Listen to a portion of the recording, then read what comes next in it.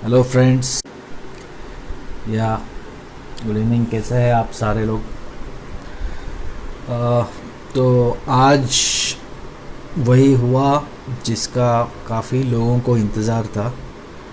मैं ये इसलिए कह रहा हूँ क्योंकि ऐसे बहुत लोग हैं जो बहुत टाइम से बोल रहे थे कि मार्केट में क्रैश आएगा, काफ़ी गिरेगा और बबल है, फूटेगा वगैरह वगैरह वगैरह।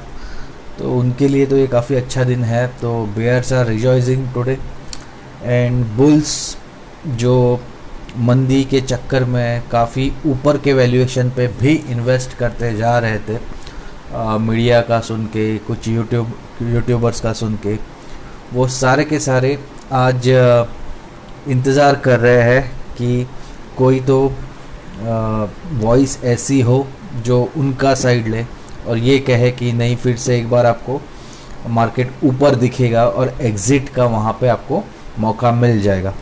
तो दोस्तों, शुरू करता हूँ आज मैं मार्केट अपडेट्स विद स्टॉक्स बाजीगर से, क्योंकि बहुत दिन हुआ मैंने नॉर्मल मार्केट के जो लेवल्स है उसको डिस्कस नहीं किया। तो आज सबसे पहले हम लोग एनएससी इंडिया का वेबसाइट पे जाके वहाँ से शुरू करते हैं। तो आज जो गिरावट है उसके बारे में काफ़ी लोगों ने काफ़ी सारे अपने विचार रखे हैं। कुछ लोगों ने ये कहा कि जो लद्दाख में हुआ है फिर से चाइना का इंट्रूजन, उसके वजह से आज का जो गिरावट है वो हुआ। कुछ लोगों का ऐसा मानना है कि कल अप फ्रंट मार्जिन का जो रूल है वो लागू होने वाला है, तो इसलिए उसके पहले जो बड़े बड़े इन्वेस्टर्स है, ट्रेडर्स है, ऑपरेटर्स है, उन सारों ने अपना पोजीशन हल्का करना सही समझा।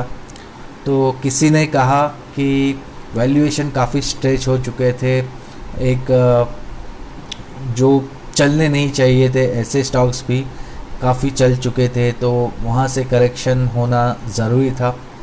तो सबके अपने अपने रीज़न्स हैं और मेरा भी वैसा एक रीज़न है। तो मैं ये समझता हूँ कि ये जो गिरावट आई है वो इसलिए आई है कि यूएस मार्केट जो है वो टॉप कर चुका है। अगर आप आज देखोगे तो एफआईआईस का जो सेलिंग है वो 3000 करोड़ के ऊपर का सेलिंग है। और मैंने जब मेरा आज का टेलीग्राम का जो चैनल है उसमें सुबह सुबह मैंने यही बताया था कि जो एसएनपी है, एसएनपी 500 वो काफ़ी हाई लगा चुका है। जो डाउ जोन्स है वो अप्रैल का जो प्री कोविड लेवल है वहाँ पे आ चुका है। तो वहाँ पे प्रॉफिट बुकिंग बनती है, और वहाँ पे प्रॉफिट बुकिंग बनती है तो उसके पहले उन्होंने जो पैसा लगाया है एफआईआईज ने, वो बाकी मार्केट्स में भी प्रॉफिट बुकिंग करना शुरू करेंगे, और उसकी शुरुआत उन्होंने इंडिया से की।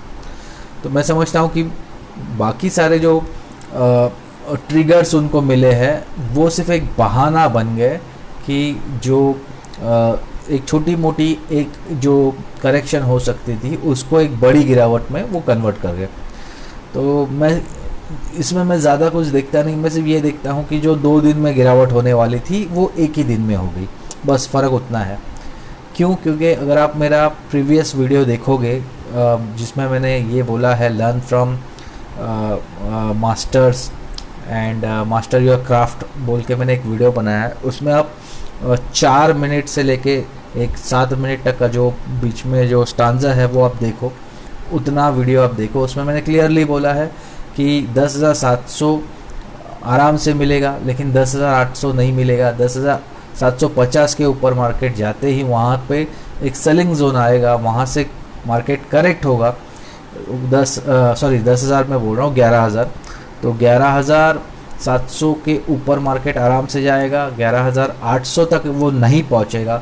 11,750 के ऊपर जाते ही वहाँ से सेलिंग आ जाएगी, और वो सेलिंग लगभग 11,100 11,200 तक आके रुकेगी, और वहाँ से फिर हम फिर से चलेंगे, और उस वक्त हम हो सकता है 11,800 हम लोग अचीव कर ले।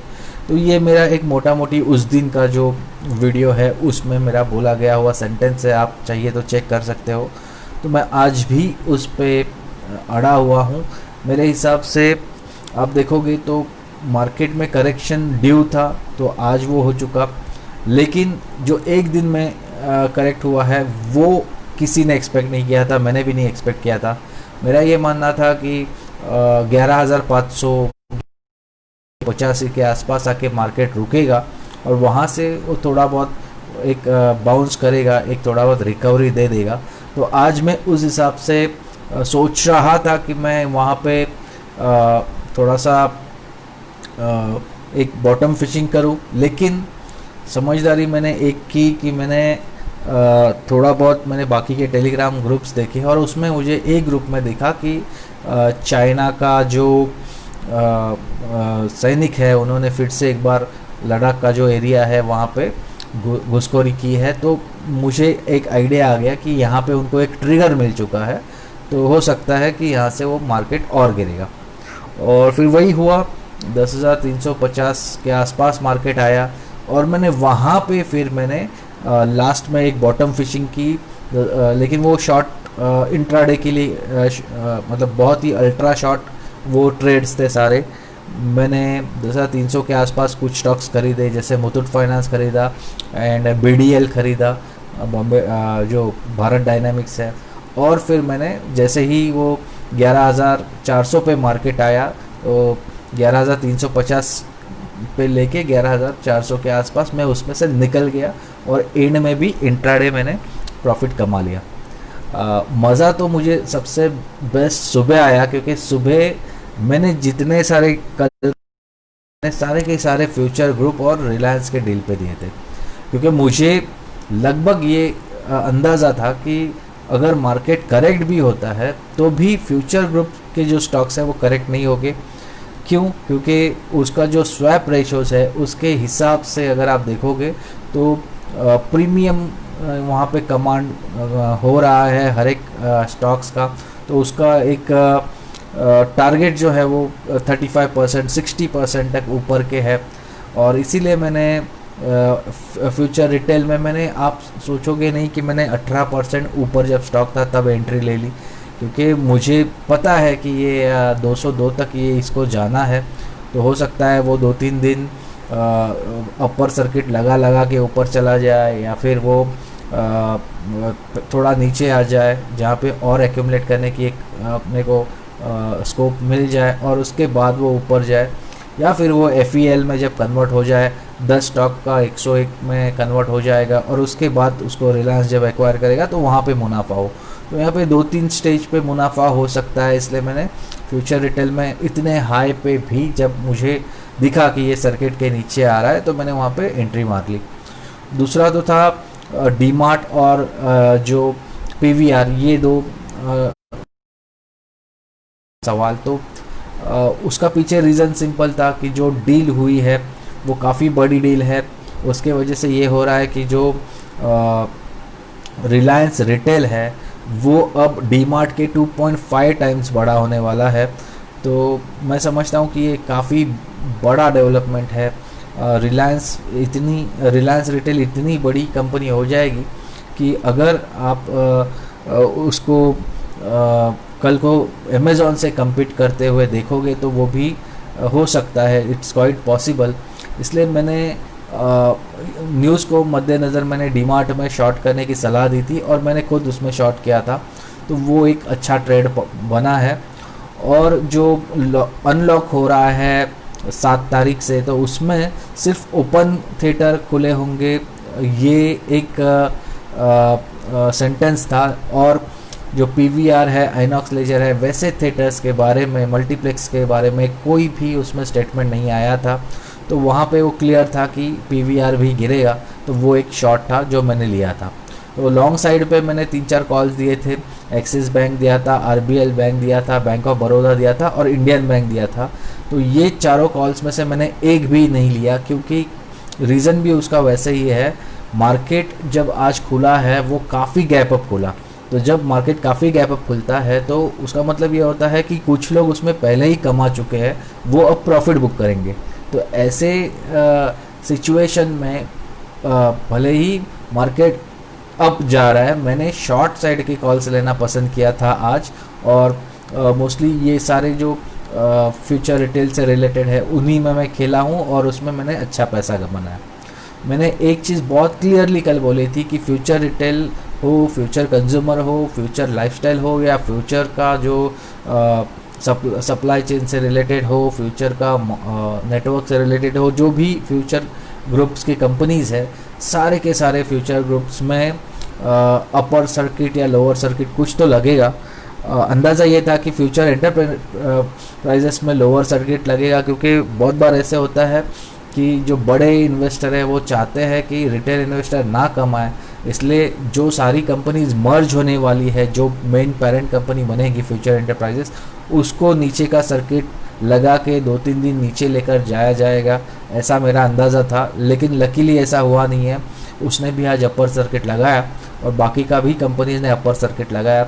तो ये एक आइडिया था कि कोई भी स्टॉक में एंट्री नहीं मिलेगा, इसलिए रिलायंस में मैंने कॉल दिया था कि आप रिलायंस खरीद लो। और जब सारे के सारे जो एनालिस्ट है वो 2150 का तो मिनिमम टारगेट दे ही रहे थे, तो आप देखोगे तो 2174 तक, मतलब 2174 तक आज स्टॉक गया है। तो ये आज का जो मार्केट अपडेट्स है, जो मैंने ट्रेड लिया या जो मैंने टेलीग्राम पे मैंने जो कॉल्स दिया उसका डिस्कशन है। तो आप देखोगे तो आज ओपन जो है वो 11,777 का है, हाई है वो 11,794 का है, तो लगभग सिर्फ 6 पॉइंट से हमने 11,800 को छुआ नहीं है। और 11,800 के पहले ये जो गिरावट होगी ये मेरा प्रेडिक्शन था, तो एग्जैक्टली वही हुआ है। लो लगाया है 11,325 का, और जो आप देखोगे क्लोजिंग हुई है वो 11,387 तक हुई है। तो ये जो 325-340 का जो ये लेवल है, वहाँ पे एक जाते जाते एक अच्छा खासा अपने को बॉटम फिशिंग का मौका मिला था। और जो नए इन्वेस्टर्स हैं उनको इस लेवल पे बाइंग कर लेना चाहिए था, थोड़ा बहुत क्वांटिटी, क्योंकि कल अगर गैप डाउन खुलता है तो अपने को और एक मौका मिलेगा थोड़ा एक्यूमुलेट करने का। लेकिन अगर गैप अप खुलता है तो ये जो आज का मौका था बाइंग करने का वो आपके हाथ से चला गया। तो इसीलिए मैंने आज जब मार्केट का जो आखिरी कुछ मिनट्स था उस समय पे मैंने बोला था 3:10 के बाद कि जो नए इन्वेस्टर्स है वो बाय करना चालू करो, क्योंकि इससे अच्छा एंट्री पॉइंट आपको नहीं मिलेगा। मार्केट को जाना है 12,000, तो 12,000 जाने से पहले ये करेक्शन ज़रूरी था, तो मैं समझता हूँ कि ये करेक्शन हुआ है। कहीं पे भी आपको मार्केट में वीकनेस अगर दिखेगी तो वो सिर्फ इंडाइसेस में दिखेगी। स्टॉक्स का अगर आप पुट कॉल रेशो देखोगे तो वो काफ़ी कम है, अभी भी 0.56 के आसपास है।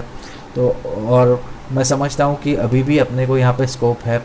तो यहाँ से एक फिर से जो कल हमारा अगर डीप भी लगा लेता है मार्केट, तो एक बाउंस बैक अपने को मिलेगा और फिर से मार्केट ऊपर के डायरेक्शन में जाना चालू होगा।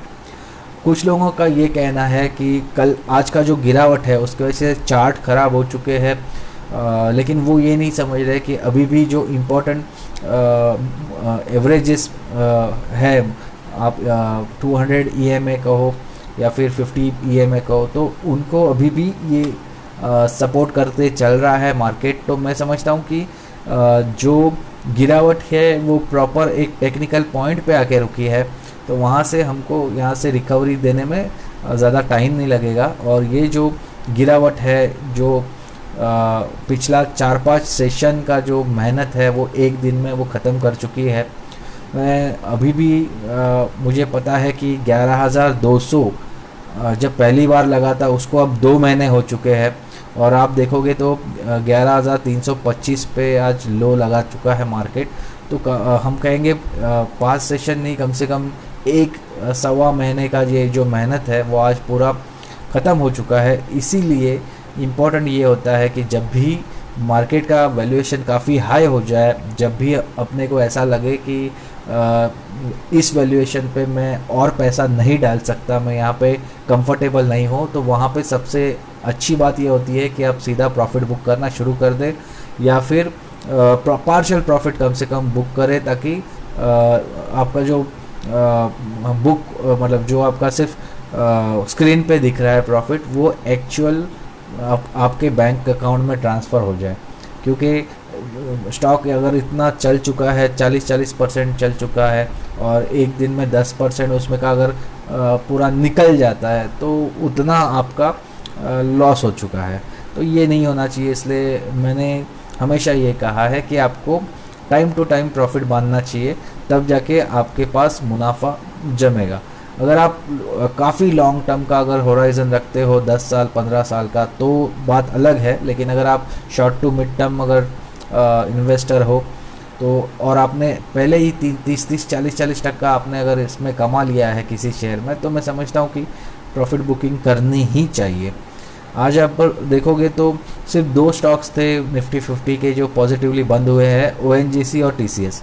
यहाँ पे मैं एक बात ज़रूर कहना चाहूँगा कि अगर आप आज का जो डेटा आया है GDP का, तो आपको समझ में आएगा कि जो oil and gas sector, energy sector है, वो -0.7 का उसका ये आया है, उतना उसमें ड्रॉप आया है। तो उस हिसाब से ONGC ने बराबर से आज पॉजिटिव एक क्लोजिंग दिखाई है। और जो IT सेक्टर है वो सितंबर सीरीज़ का, मैंने फर्स्ट डे से बोला है कि सितंबर सीरीज़ में डिफेंसिव सेक्टर अगर कोई है तो वो IT सेक्टर है, तो वो TCS है यहाँ पे। तो जो ये 2 रिप्रेजेंटेटिव आप कहोगे तो ये एग्जैक्टली वही उन्होंने दिखाया है कि ये सीरीज़ में ओवरऑल क्या होने वाला है।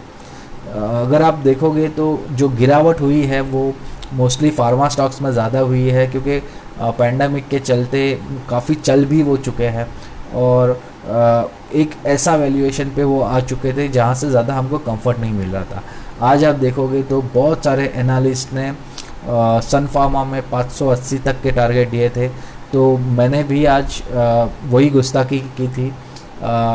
मुझे भी ऐसे लग रहा था कि 580 पॉसिबल है, क्योंकि जिस तरीके से ब्रेकआउट उसमें मिला था, तो एक 535 का अगर स्टॉप लॉस लगा के हम रिस्क ले लेते तो उसको ऊपर जाना तय था।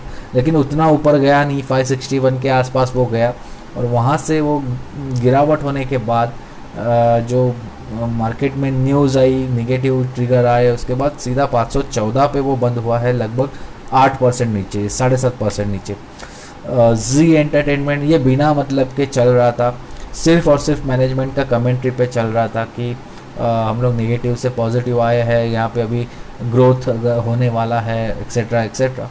अदरवाइज़ इसके रिज़ल्ट जो आए थे वो काफ़ी ख़राब आए थे, तो उसके बावजूद ये चला था। और वहाँ से आज देखोगे आप 6% का आसपास इसमें करेक्शन आया है।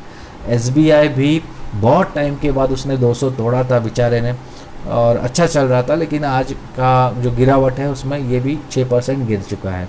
सिप्ला ये भी ओवर रन हुआ है, 400 रुपये से वो चला है जब पहली बार उसका जो दवाई है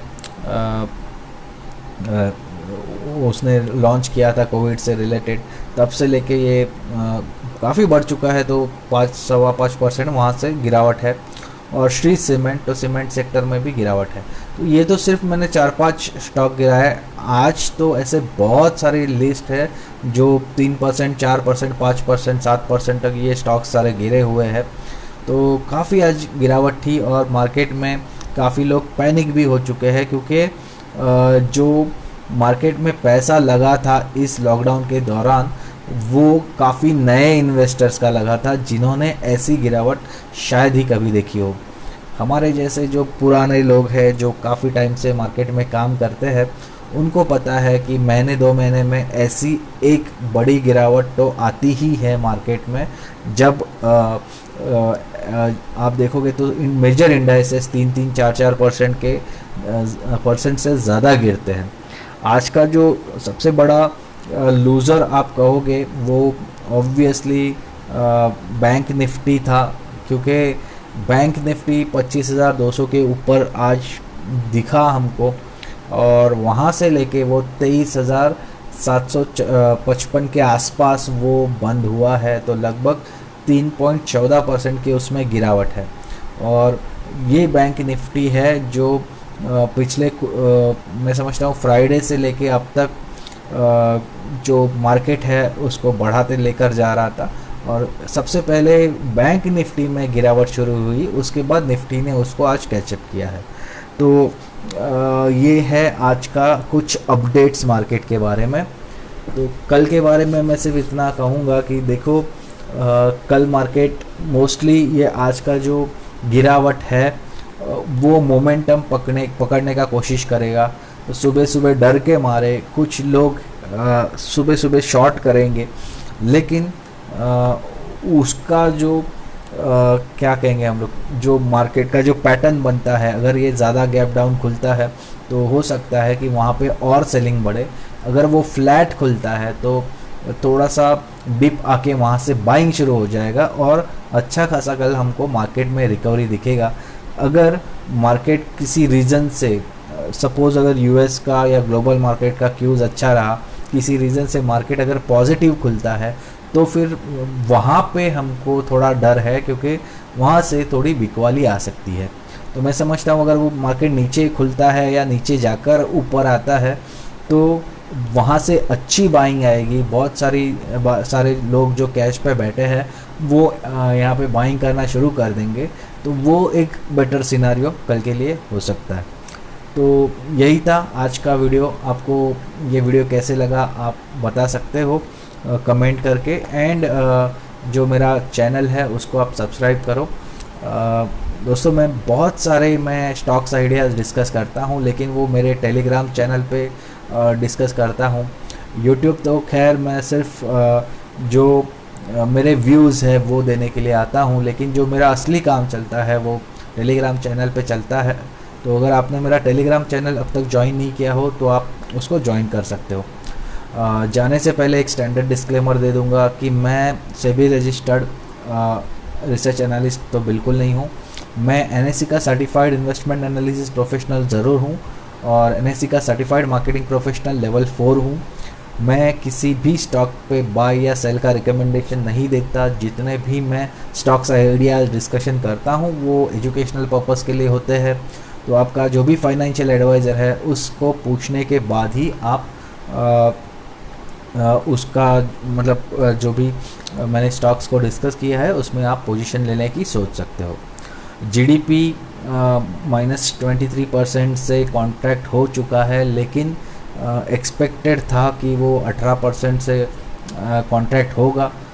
सिर्फ ये हुआ है कि बाकी देशों के कंपैरिजन में अपना ज़्यादा यहाँ पे नुकसान हुआ है। तो अगर फॉर कंसेक्यूटिव क्वार्टर अगर जीडीपी और कॉन्ट्रैक्शन दिखाता है तो वो हमको रिसेशन समझना पड़ेगा। और मैं समझता हूँ कि रिसेशन अगर इंडिया में आता है तो सबका जो एक एवरेज इनकम है वो कम हो जाएगा, बहुत लोगों को ले ऑफ कर दिया जाएगा और उस टाइम पे लोगों को एक अल्टरनेट इनकम सोर्स की ज़रूरत पड़ेगी। और मैं समझता हूँ कि इन्वेस्टमेंट से अगर पोर्टफोलियो बना के रखा है तो वहाँ से उनको डिविडेंड वगैरह से इनकम आना शुरू हो सकता है। और अगर उन्होंने नहीं बनाया है तो ये राइट टाइम है कि आप मार्केट में आओ, ताकि आपको भी ये समझ में आए कि लाइफ में सिर्फ जॉब के भरोसे नहीं रहा जा सकता। You should have second source of income. और मार्केट एक ऐसी जगह है जहाँ पे आप अर्न भी कर सकते हो। अगर आप शॉर्ट टर्म में काम कर रहे हो, आप यहाँ पे वेल्थ भी क्रिएट कर सकते हो अगर आप लॉन्ग टर्म इन्वेस्टर बनते हो। और उसके अलावा अगर आप सिर्फ और सिर्फ डिविडेंड के लिए भी अगर आप कुछ कंपनीज अच्छी चुन के अगर उनमें एसआईपी करते हो तो आपको एक एडिशनल सोर्स ऑफ इनकम भी मिल जाता है।